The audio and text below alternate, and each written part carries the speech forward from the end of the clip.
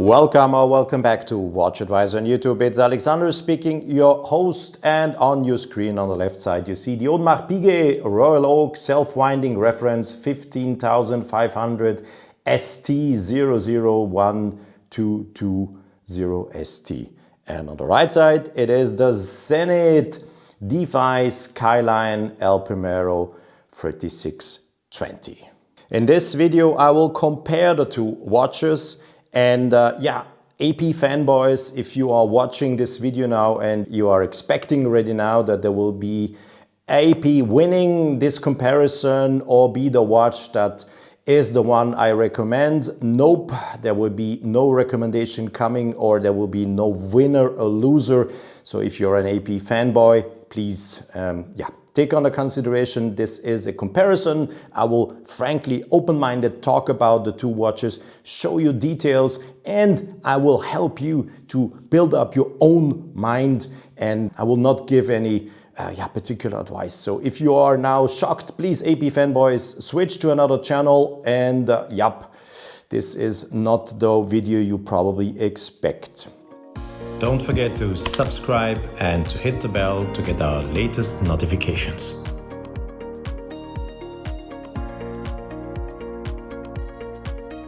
In the beginning, I want to say thank you to a friend of mine who's also called Alexander, who was so kind to give me his Audemars Piguet Royal Oak for this comparison. And of course, thanks to another Alexander, there are many Alexanders here, who gave me the Zenith Defy for the comparison. This is a watch that is in a collection that actually tours in Austria to be shown to the retailers and press, and this is a watch privately owned. So both watches are not new anymore, so there might be, when I'm filming them, some scratches and some little faults on the surface you will find. So they are not fabric new watches, so please take this under consideration when you're watching the video. I've been putting together a lot of facts about the two luxury sports watches, and to be fair, we will start in alphabetical order with the Audemars Piguet and then the Zenith, so we do have A to Z,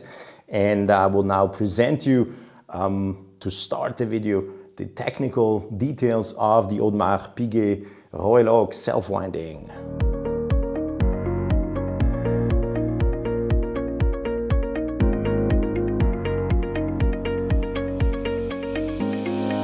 Audemars Piguet Royal Oak, the diameter of the stainless steel case is 41 millimeter.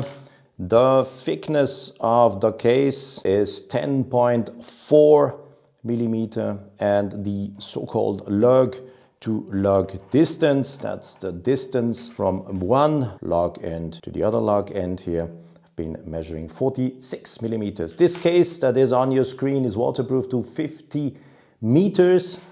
The entire weight of the watch, including the bracelet, as you see it here, sized for my 17 centimeter wrist, is 163 grams. What you see prominently on your screen actually is a blue dial. Yes, I'm comparing two watches with blue dials, and Audemars Piguet calls this dial Grande Tapisserie pattern, and you have gold applied hour markers and the famous Royal Oak hands. This particular Royal Oak is sold since 2019, and yes, that's nothing I'm telling you here new. The design goes back on the design of the watch that Gerald Jantar created in 1972. Of course, famous octagonal bezel with these very particular screws. That's the typical design of the Royal Oak as we all know it, and that's what made this watch so famous in the end. We do have a stainless steel bracelet with the Audemars Piguet logo in the back. It's a butterfly clasp that opens up when you push here, the two push pieces, and has no micro length adjustment. So you need to really size the watch to your wrist to be able to comfortably wear it on a daily basis. There is no micro length adjustment available. So you can see that the case has different parts that are matte and others are polished surfaces, like this part of the bezel that is polished. And you see, as my friend Alexander is wearing his watch, you can see some small scratches already here. Yeah, that's how it is when you're wearing it on a daily basis, the watch. It will happen that you get some scratches. Yep. And there's also one here you can already discover. So it is how it is. The watch is fragile because the work Audemars Piguet is doing to get this particular polished look is enormous, but of course it's fragile. When you come to a surface that is harder than steel, or you hit the watch somewhere, yeah, you get some scratches. But that's how it is. So once again, they are not new watches. These watches are belonging, this one to a friend of mine, and the other one is a watch that belongs to Zenith. So, and also good to know, this is a plastic pointer, just in case you are now saying, oh my goodness, what is the guy doing here? This is a plastic pointer made by Percheron in Switzerland, and it is done for such purpose. It's plastic, so I will not be able to scratch the watch. The sapphire crystal has an anti-reflective treatment. This is clearly to see. There are almost no reflections coming. So when now we talk about the bracelet, is it tapering? Yes, that's clearly visible. 26 here, and it is tapering down to 18 in the clasp. So we're going down to 18 here in the clasp, 26 to 18. Turning the watch around gives you a first view on the automatic Calibre 4302 by an Audemars Piguet Calibre. It's a 4 Hz movement, 28,800 semi-oscillations. The power reserve is approximately 70 hours, and the movement consists out of 257 parts. So this is what I can tell you about the watch in terms of technical details. It's a screw-in crown, yes. So now let me directly compare the Zenith, give you all technical details about the Zenith.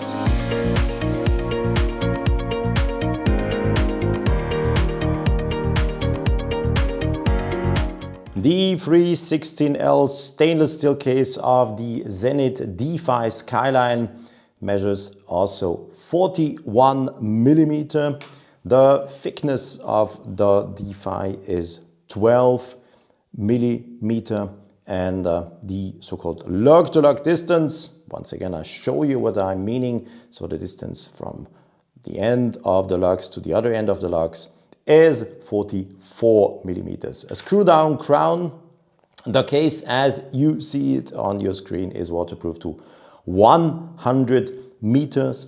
And the design of this Zenith goes back on the reference A3642, a watch that was presented in 1969 by Zenith 3 years earlier. Please keep in mind, 3 years earlier than the Royal Oak was designed by Gerald Janta. So we can now guess, did probably Gerald Janta take some inspiration of this already existing Zenith watch or other type of watches that existed before, because in 1969 Audemars Piguet did not yet have a steel sport watch in its program.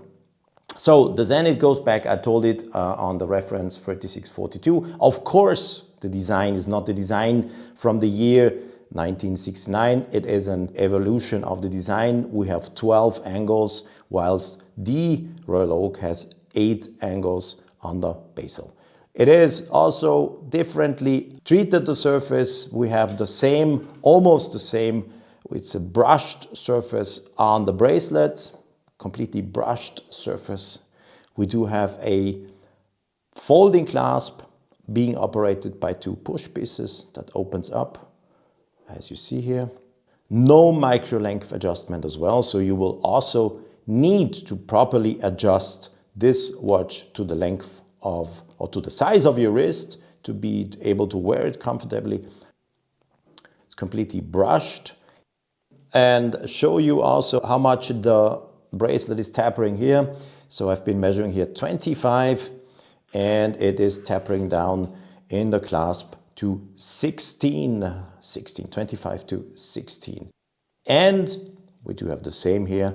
We do have a bezel that is being polished and has a matte surface. And the same, absolutely the same as on the watch of my friend Alexander. You have some scratches here already that shows that these type of watches are absolutely scratch magnets if you want. There is a scratch here. So typical probably how you wear the watch, and if I continue turning the watch around, I do find some others too. And yeah, this is what happens when you wear a watch with such a particular surface. If you hit it, or if you touch a particular surface, then you will have little scratches. This is how it is. You can't change. What Zenith has on the dial is the star. It's not a tapisserie, but you have the Zenith star being applied, and the most particular difference to, of course, the Royal Oak is the small second at 9 o'clock. And to point out, or to tell everybody who's watching or looking at the dial, this is a 5 Hertz movement, 36,000 semi-oscillations. The hand of the second turns every 10 seconds. So this is a bit particularity. And yeah, in the first video we showed where we presented the Defy Skyline, there were many comments about it. Is this useful? Can you use it? Is it still readable? What do I do with such a small second indication that turns every 10 seconds? Well, is it useful? I don't know. Is it cool? Yes. Why? Because I've been wearing the watch for for a week or so, and I can tell you, you really get addicted watching this small second hand, making its turn every 10 seconds. It's cool. Don't think too much, you know. One thing that I very, very, very much like with the Zenith this is because I am very much into these little details. If you look exactly, the end of the hands really touch the minuterie. The minuterie on a watch is on the outside. This is where you have the minute indications from 0 to 60, and you can really clearly see that the length of the hand is absolutely touching the minuterie, or is reaching the minuterie. And this is kind of it's something that I very much like on a watch, because it is following rules or things that one manufacturer should never change. A minute hand must touch the minuterie, and the hour hand should touch the indexes, and both is the case here. And if I, on a direct comparison, take the Audemars Piguet Royal Oak, you can see the minute hand is a little bit too short, doesn't touch the minuterie here. This is something I don't like. That has nothing to do with Audemars Piguet. I don't like it on any watch. I've been also criticizing this very much on the Explorer 1 of Rolex. You remember this when they brought out the new size. These hands were simply too short, and the same is here. The hands are too short. The same is here. The length of the hour hand does not touch the indexes, and this is something I don't like. And it's kind of a golden rule of the watch industry that the length of the minute hand should, or the minute hand in its length should touch the minuterie, and the length of the hour hand should touch the indexes. Okay, but that's me. I'm very particularly looking on such details. Many of you will say, okay, who cares? I'm wearing the Audemars Piguet, the famous Royal Oak, and I'm so happy. Yeah, but okay. You might think, because you're proud of having one, but little details in the end make the difference.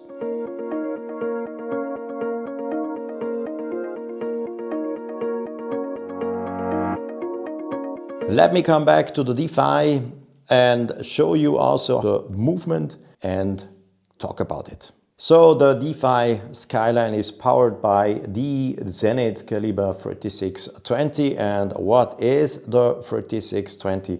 Yes, it is the chronograph movement or the chronograph caliber without the chronograph on top. So all the wheels and all parts that belong to the chronograph aren't there. So it is the basic automatic movement that also powers the chronograph. So all the integration of the parts that then in the end make the chronograph aren't there. And so it is called 3620. Let me also give you the number of components of this movement, since I also mentioned it with the Audemars Piguet. So we are having 247 components here, and good to see in the light when we are getting into the details here.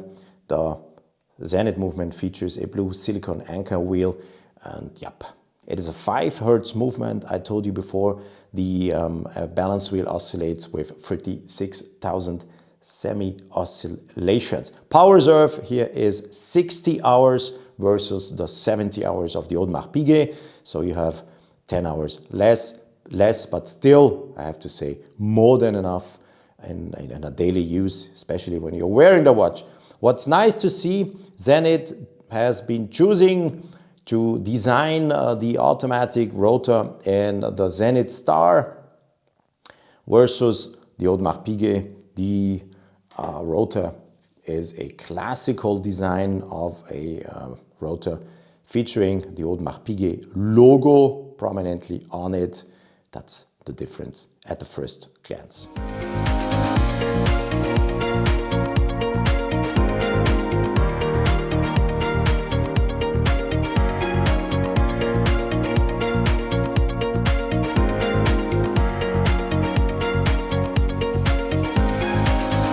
Both cases feature a screw-down crown, and once you unscrew, what will happen is, if I get in the second position, you will see there is a stop second.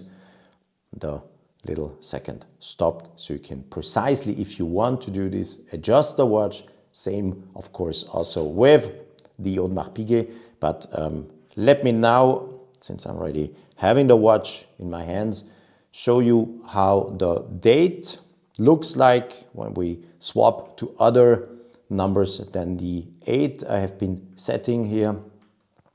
So crown is now in the position of winding. This is if you need to do that. I'm getting in the second position, and now it's where I can change the date. Watch closely. I'm going on here with the numbers. So this is how the different numbers look like.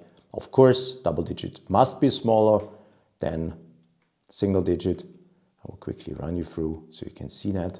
To the 8, the 31st, and now comes back the 1, of course, prominently, and much bigger. So let me set it back to the 8, lucky number 8, and then do what I always do, advance the hands and show you the date change, how it happens. So here we are approaching now 9 o'clock in the evening, 10 o'clock in the evening, 11 o'clock in the evening, and please watch carefully. Here is the date window, what will happen at midnight. I'm focusing on it, so please watch closely what happens. Exactly at midnight, the date change is done to the 9th. So let us now discover what the Audemars Piguet does. The 8, clearly visible. Same here. It's a screw down crown. Yes, I can pull it out, and you see I pulled it in the second position and the central second hand stops. You see that?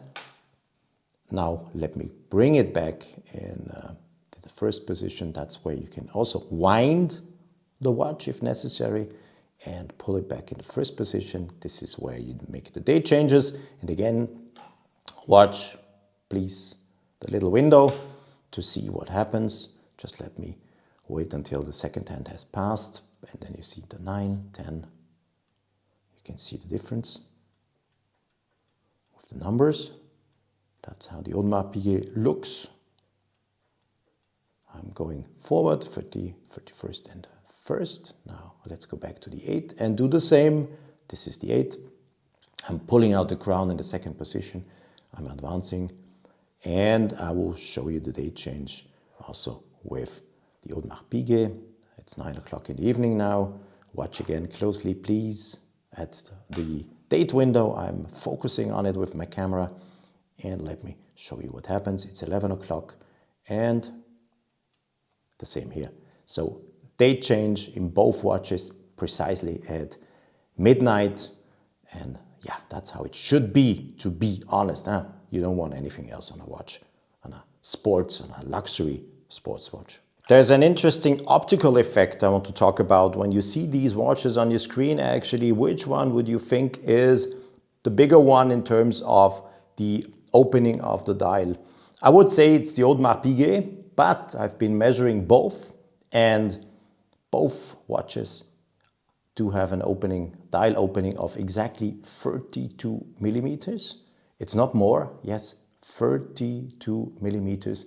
But if you look at it right now, you always get the impression that the watch on the right side, the Audemars Piguet, is a little bit bigger. I don't know why, but same size. Once again, 32 millimeter, 32 millimeter, both watches. So something I want to talk about is how the watches wear. There is really a huge difference, I have to say. While the Zenith is a very smooth watch on the surface, and there are no sharp angles, no sharp feeling when you touch it with your fingers, the Audemars Piguet has some sharp edges and does not wear as comfortable as the Zenith. I have to clearly say this. The sharp edges on the inner side of the bracelet are really sharp here on the inner side, and with the Zenith it's smooth. You don't feel the watch. The watch, once it sits on your wrist, it really melts with it, whilst the Audemars Piguet, you always get the feeling that there is a sharp surface, and the opening in between the links is done in a way, even though I do, yes, shave the hairs of my arm, I still get the feeling that the little hairs get squeezed in here. And it was not, or is, when wearing the watch, not a comparable, comfortable feeling as it is to wear the Zenith Defy. You don't feel the watch on your wrist. Once the watch got your temperature, of course, if you put on a full steel watch on your wrist, you will always feel it. But once you are wearing it, you don't feel it anymore.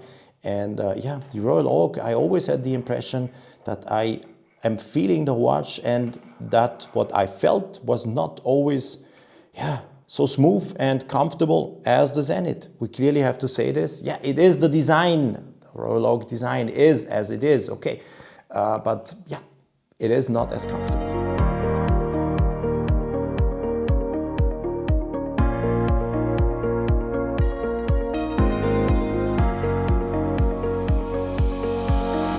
The Zenith, as I just said, wears better, but in terms of finishing of the movement, I clearly have to say the finishing of the Calibre 4302 is an haute horlogerie finishing, and is really as it should be. The watch features a solid gold winder rotor, and as I said, it's a haute horlogerie finishing with every little detail, with stripes and beveling edges, etc., etc. Everything is as it should be with an haute horlogerie watch here. And if you take a direct comparison, the Zenith movement looks very technical, and we have to say Zenith did not really take or make great efforts to make the movement really look good. It's a very technical, basic finishing you get when you buy this Defy Skyline compared to the Audemars Piguet, and I will show that again. And I think it's clear. You see it. The differences are obvious. There's nothing you can discuss. The surface treatment or the optical finishing of the Audemars Piguet movement is something different, and plays definitively in another league. This is something we have to clearly state here. So you can't compare the two in terms of finishing. In terms of accuracy and precision, both movements are excellent. no one will doubt the quality of the El Primero, and I can tell you, no one might or should doubt the quality of that new Audemars Piguet 4302 automatic movement. Whilst the Audemars Piguet only comes with the bracelet, the Zenith comes also with a rubber strap, so you can exchange that by yourself. There is this little push piece here, you can see it here, and by simply pushing on it you are able to dismantle the bracelet. Very easy. You see, I'm able to do this with gloves in front of the camera, and as long as I can do this in front of the camera with the gloves, believe me, it's easy. And then you take the rubber strap that comes with it. It's included in the price. Rubber strap with a folding clasp. I will show you the details. And you just clip it in. The only thing you have to be sure is to clip it in a way that you can read Zenith correctly and not upside down. So we will probably do it this way. Clicks in. It only clicks in. There's nothing you have to do. It's very easy. You go here and you click. Click, that's it. Compared to the full stainless steel version, that's a different watch. On the surface of the rubber strap you have the stars, the Zenith stars being applied here. And as I said before, it's a folding clasp. You open up, butterfly clasp, and primarily you choose the length as you would do it if it would be a strap with a pin buckle, a simple pin buckle. You open up here, you come out and you choose the length, whatever length you need. I will do this in front of the camera here. It's getting a little bit more difficult with gloves. You have to, you see here, go out of the pin and you go in there and then you fix it here as you would fix it if it would be just an ordinary or simple pin buckle. And then again you have folding clasp, close one side, butterfly folding clasp the second side, and you have the two loops, slide in, and then this is how it looks like. So this is what you get. It's an additional way of wearing the Zenith. Makes a different watch is a possibility to wear the watch differently. And yes, the Audemars Piguet doesn't have any of these features. As you see, the bracelet is integrated into the case and there's no possibility to change that. It's completely integrated, as you see here, one piece, and there's nothing you can do. What's the difference in weight when you are taking off the steel bracelet of that Zenith? I've been weighing it with the rubber strap, and I've been weighing 128 grams versus 152 grams with the stainless steel bracelet. And the Royal Oak has a weight of 163 grams, but always please keep in mind under the configuration as it is here for my 17 centimeter wrist. Zenith also clearly could have done better in the quality of the butterfly clasp, while the butterfly clasp of the Audemars Piguet really is a luxurious one with the engraving of the name Audemars Piguet. There is some matte and there are some polished surfaces, or more or less polished surfaces. It's a luxury watch, and the Audemars Piguet logo prominently here as part of the folding clasp. You see here, it's part of the folding clasp. The Zenith clasp looks pretty, standard, I would say. There's not much of a surface. There's some perlage here and some matte finishing, but no luxury details as you would find it on the Audemars Piguet. Yes, you have the Zenith star and the Zenith word being engraved here. Yep, this must be, it's obvious that there must be some differences.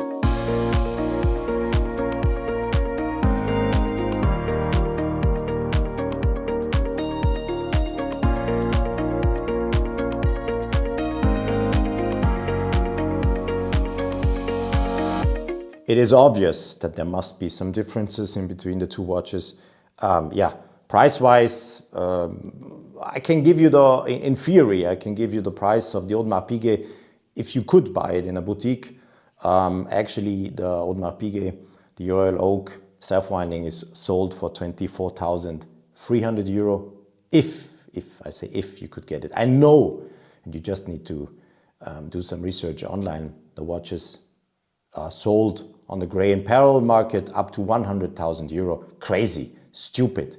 I don't get the point here, but okay, anyhow, that's nothing I'm going to discuss here.